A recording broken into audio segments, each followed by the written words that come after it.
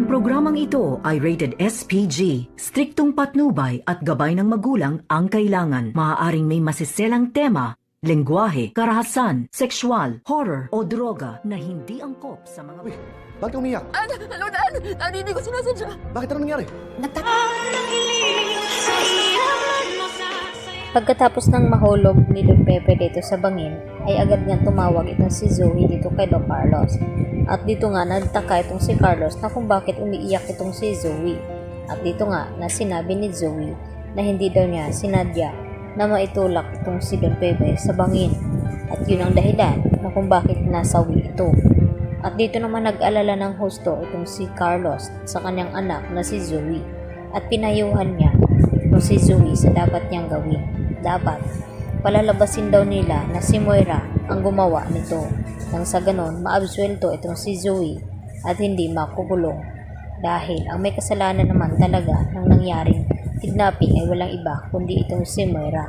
Kaya sinabi ni Don Carlos dito sa kanyang anak na kinakailangan na gawin ni Zoe na ilaglag ang kanyang ina. At sabihin na hindi siya ang gumawa nito at itong si Moira ang gumawa ng krimen. Samantala, todo iyak naman itong si Giselle nang makita ang tungkod ng ama na nakuha nga ng mga pulis dito sa pinagtaguan ni Balahadja kay Don Pepe. At sa kasamaang palad ay hindi nga nila naabutan itong si Moira at itong si Balahadja doon dahil dali-dali nga itong nakatakas nang makita ni Balahadja ang mga pulis na sumugod nga sa kanila. At dito nga nalaman ni Moira ang buong pangyayari na hinahabol pala ng mga pulis itong si Balahadja. Kaya natakot na rin itong si Moira at mapipilitan na rin na magtago ito.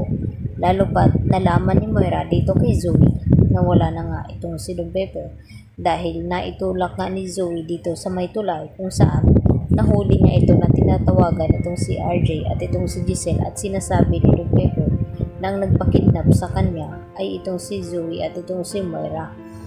At hindi nga masyadong narinig dito ni Giselle at RJ ang mga sinasabi dito ni Don Pepe dahil sa signal na paputol-putol nga ito at hindi nila maiintindihan ang mga sinasabi sa kabilang linya.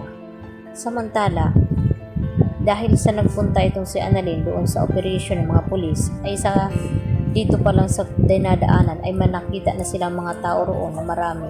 At dito na tinanong ni Annalyn kung ano daw ang nangyari. At dito naman na sinabi ng matanda na may nakita nga daw na hulog sa tulay.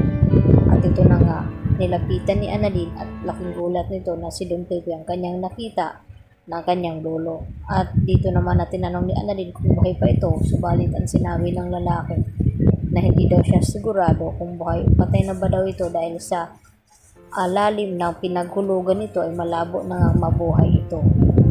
Kaya dito agad na tinawagan ni Annalyn itong si Giselle at RJ na natagpuan na nga niya itong si Don Pepe at kinakailangan nila agad madala sa Apex Hospital nang sa ganun ay magamot agad itong si Don Pepe. At dito na hindi napigilan ni Annalyn ang kanyang sarili na mapaiyak habang nakatitig dito kay Don Pepe na ganun nga ang nangyaring sitwasyon.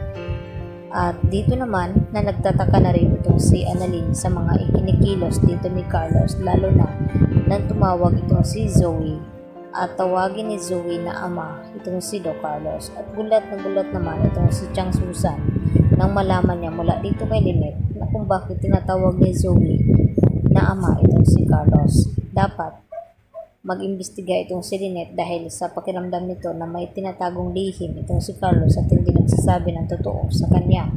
Dahil kinukutuban na nga ngayon itong si Lynette na may tinatago talagang sikreto itong si Carlos sa kanya. Kaya yan naman ang ating patuloy na pakaabangan mga puso kung ano magiging kahinatnan dito sa ginawa ni Zoe na malaking krimen sa lolo ni Annalyn. Yan lang po at maraming salamat sa inyong panonood dito sa aking munting channel. Hanggang sa muli, bye-bye!